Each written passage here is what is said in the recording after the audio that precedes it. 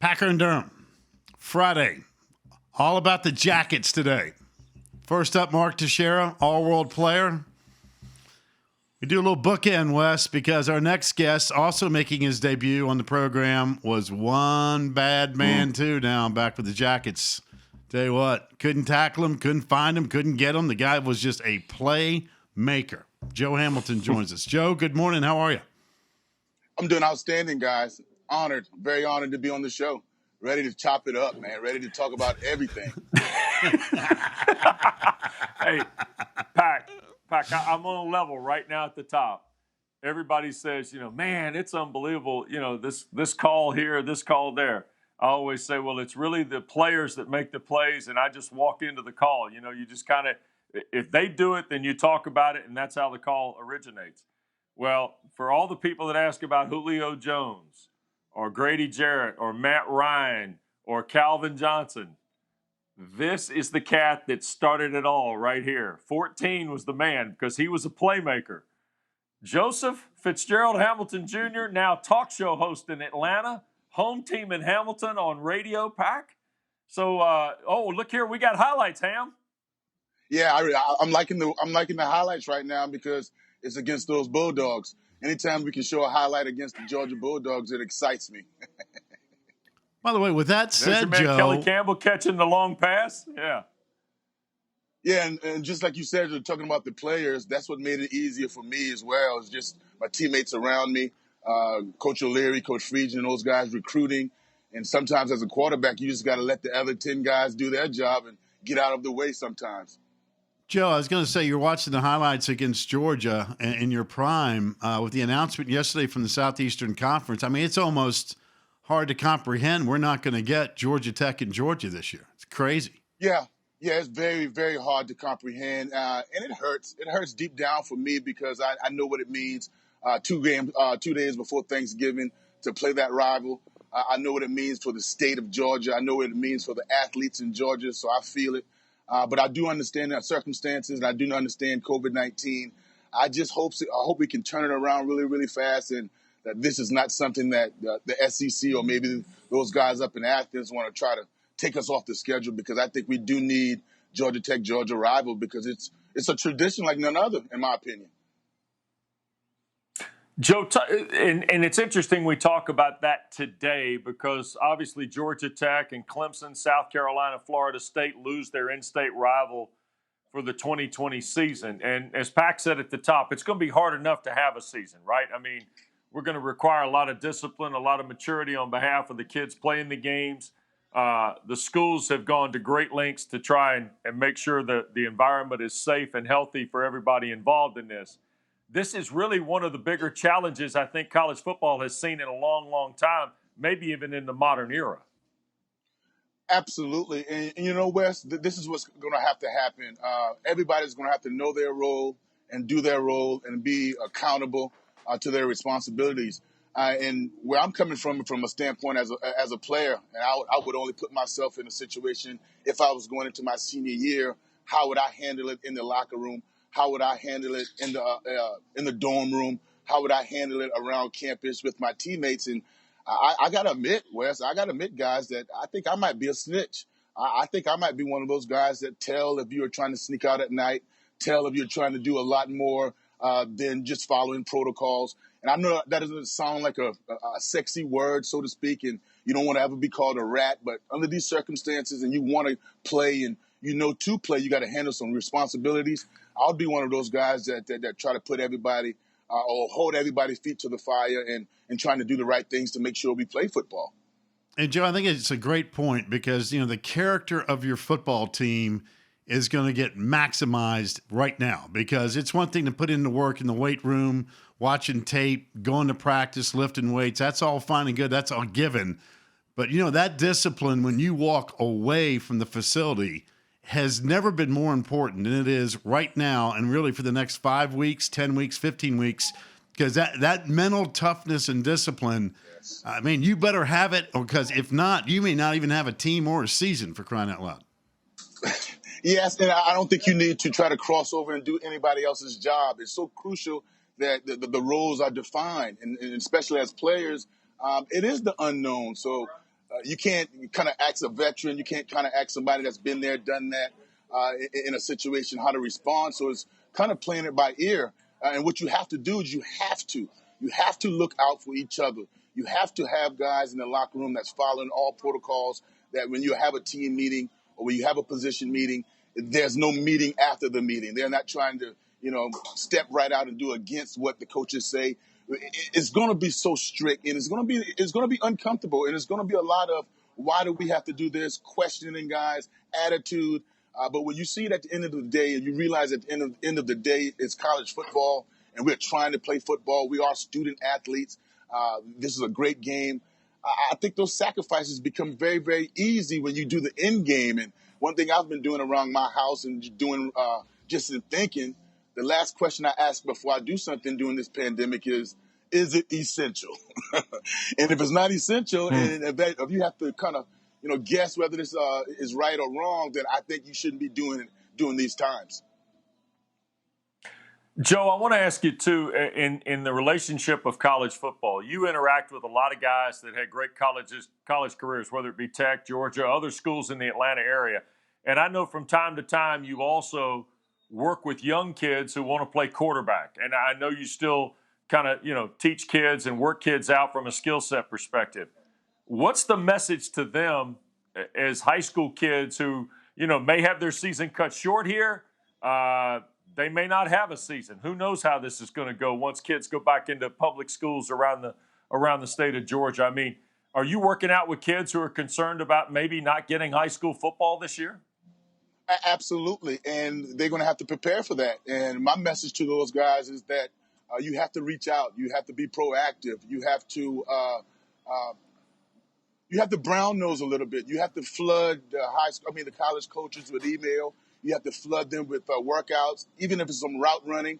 If you're a quarterback, show your 3-step drop, show your arm strength, talk a little bit, let them get to know you. And this is uncharted territory. So, and hound. Sometimes I also worked in the player personnel department at Georgia Tech for a brief stint. And we used to say, like, man, an email coming from this kid again. When is he going to stop? But as I'm telling this kid now, do more and more and more of that, because the college guys don't have film. They don't have film in any guy that they're trying to wonder, what are you doing now? Are you sloppy? Are you just eating biscuits? Are you actually waking up and doing workouts and handling your business, not as a professional, but as an athlete that wants to get a scholarship? You have to do some things outside the box, and word of mouth travels in college. So even if you don't have enough room, or maybe a program doesn't have enough room to fit you in, say you're a wide receiver, they'll be calling some of their buddies and saying, hey, man, I got a guy that is constantly emailing, constantly showing me film. He's doing the right thing. He is in shape. Maybe you want to take a fly or kick the tires on this guy. And it's all about right now for the athletes to be very, very proactive and be in the face of some college recruits. Joe, I'm curious. Obviously, you had an incredible career at Georgia Tech, but for a kid growing up in South Carolina in Alvin, how did you get away from the big boys in the state of the Palmetto and say, hey, listen, you know what? Georgia Tech's the place for me. Walk me through the whole recruiting process of what it was about Georgia Tech that you said, you know what? This is my fit right here. What you laughing about, Mr. Durham? Well, I tell Go you ahead. what, the Gamecocks and the Clemson Tigers, they made it really, really easy for me. First of all, I will start with Clemson. Clemson made it easy because I begged them. You guys know that they considered me a short quarterback or not big enough, not a drop-back pro-style quarterback or prototypical quarterback. So they were thinking maybe DB, maybe wide receiver, some organizations, some programs, and I wanted to play quarterback. And Clemson, they were recruiting me very, very hard, and for some reason they didn't even try to trick me. I said, could you please, I remember Clyde Christensen, quarterback coach in the NFL now, could you please take athlete off the board? Everywhere I look in the magazines, everywhere I look, everybody else is recruiting me. Even Penn State, the late, great Joe Paterno had me at quarterback, and you knew that probably, 2 days in the camp, I would be switching position because of the type of size and weight and all those type things that Coach Paterno wanted. But he even had on the board recruiting me quarterback. And Clemson would not take it off. And I could not understand why. If Clemson had left quarterback on my recruiting label, I would have probably been a Clemson Tiger. And I'm still just getting over that grudge now. The fact that, they why? I don't understand why. And then with the Gamecocks, they made a decision. They told a great tackle, Jamar Nesbitt, out of Somerville, South Carolina. They had both of us make a decision. Basically, the first one in. I think they only had one scholarship remaining that they were going to give out, and whoever jumped in the boat first, that's who they were going to give it to. And I felt at that point, if you really wanted either of us, you would just hang in there and not make us not force our hand. So kind of like the in-state rivals, they made it easy for me to try to go somewhere else, and I chose Georgia Tech. And the main reason, looking back on it, is because George O'Leary sat in my living room and he did not tell the untruth. Every single thing that he promised as far as competing for a job, Fortune 500, that the contacts would be numerous around the state of Georgia, the city of Atlanta, it was spot on. And that's why I would make the same exact decision I made 20 years ago, 25 years ago, to go to Georgia Tech, because of what it made me right now, and the perks, and just the notoriety and just the communication, and everybody is just outstanding. You remember, Wes, I know you remember this. I went to Georgia Tech, and they were 1-10 the previous years. So it wasn't about winning; It was about the chance or the ability to build something. The other part about this is too, Pac, and it's funny because Mark Teixeira was just with us, Joe, and said, I remember watching Joe Hamilton and George Godsey. I remember, meeting the golfers and all this. Well, Joe Hamilton, coming up at the top of the hour, is Bobby Crimmins. And I remember when Bobby Crimmins one time went to ask George O'Leary if Joe Hamilton could come play basketball. And I think that was a fairly short conversation between two Irishmen, as I recall, right? Very, very short. But you know what? I'm very honored to, because Coach Crimmins, he was very serious about that. And, word spread around the campus early when I got there that I was a pretty good basketball player. And I played with the basketball guys a lot. I played with them often. And it got back to Coach Crimmins, and he kind of wanted me to help. And I said, Coach Crimmins, I can do more than help now. I can give you some minutes. Don't think I can just get in there and be a practice squad guy and help you be a practice body. I can actually play in the ACC. But I tell you a quick funny story. I was the player of the year coming out of South Carolina in basketball and football, and I'm thinking that I'm a pretty good Division I basketball player. And at that time, Stephon Marbury was also coming out of New York City as the #1 player in the nation. And I'm like, hey, I'm a point guard. He's a point guard. Let me put my skills against his. And I can remember like it's yesterday, that day we were in the sack, and he came in the gym, and I wanted a piece of him. I wasn't backing down. I wasn't in awe. I wasn't looking at anything. But boy, did I find out quickly that I'm not a basketball player. I'm not a Division I basketball player.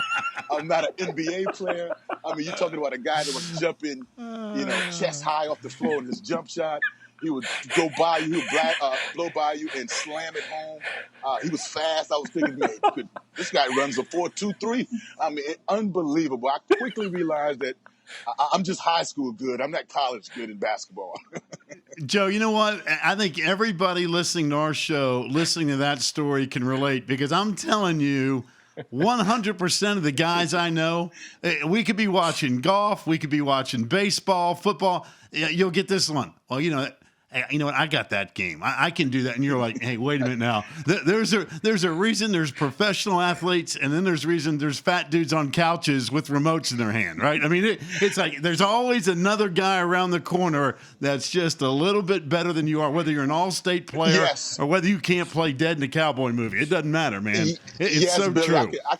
Yes, Billy, Billy, wait a minute. Billy, you mean Billy Packer? No, I'm sorry. No. That was my fault. Yeah, that was a mishap. That was just bringing off my tongue. But I was humbled. I was very, very humbled. I was very, very humbled and put in my place. And as an athlete, you need that sometimes. You need it a lot of times to be shown up by a world-class athlete like that in a different sport. I was in awe. And still is in awe for what happened. Hey, before you go, though, Wes, I need to throw this one. I'll let you get the last laugh on this, but I need to ask. I want you to ask your question, Pac. What's that? Oh, no, I'm going to get to that one. We ask all student athletes. No, I'm going to get to that in a second. But here's what I want to know, because when Joe was talking about 10 minutes ago, and he said, during this pandemic, you asked that one question, is it essential? And I thought that was a really good point. And I'm going to come back to that here at the end here because, Joe, I'm going to ask you, was it essential that you got that haircut for this show? Yes. Yes. But I tell you this, Pat. That was the first time I went in a barbershop since March 9th. Wow. So my hair was out of control. Wow. And, even to the point, Wes, Kenya said that I was lucky that I'm married. I said, whoa, that's a low blow. All right. I know Pac's going to ask you. Pac is going to ask you the question we ask all student athletes on this show in just a moment. But I'm going to ask this question. Besides yourself, who was the best trash talker you ever took the field against in the ACC? Ooh, best trash talker in the ACC. Ooh. Was it your boy Corey Simon? Corey Simon, but he was a little bit of a nice trash talker. I would say Dre Bly. Bly. North Carolina. And you know what? He took that, and we went to, we got inducted to the College Football Hall of Fame together. He took that trash talk in there. Exactly. And I've heard about it. Dre Bly picked him 3 times. As a freshman, and I knew right then that's the only reason I didn't win Rookie of the Year, because they gave it to him, because how can I win it over him when he picked me 3 times? And right now, Wes, I still can't believe that I gave one guy 3 picks. I cannot believe it. Unbelievable. If I could erase anything in my career, it would be that Saturday afternoon playing in North Carolina up in Chapel Hill. That's funny. All right, here's the question. We ask this to every student athlete, so we'll go retro with you, Joe. During your academic career at Georgia Tech, what was the hardest class that you participated in? Calculus, without a doubt. Calculus. I mean, you talking about studying. You talking about even when you get a tutor. You talking about when the tutor has the test or have the test right before you, and you have to kind of work through it yourself. And you can all of a sudden think pretty good the night before that you're prepared. But, man, those professors made you earn it. When they say to you, or we say at Georgia Tech that we got out, guys, that is so true, because it's a bomb burner, man. Calculus, to this day, calculus has held people back from not getting their degree. I have a teammate named Dante Booker. He's 1 credit away from getting his degree, and that credit is calculus. Oh, boy. Well, you spoke the truth, because let me tell you something. We have heard that answer a bunch when we've asked that to the Georgia Tech student athletes now. We get that all the time. Without a doubt. Well, that's funny. All right, Ham. You're the man. Best to Kenya and your family, and appreciate you doing this. Always fun to catch up, man. Thanks, Pac. Thanks, Durham, man. I had a blast. You guys be safe. You got it. Same to you, Joe. All right. Funny. Joe Hamilton. Bobby Crimmon's coming up at 9 o'clock. Roddy Jones as well. The Commissioner, John Swafford, at 9:30. And when we come back, we'll take a look at Jeff Collins' second schedule of opponents in the 2020 ACC season right after this.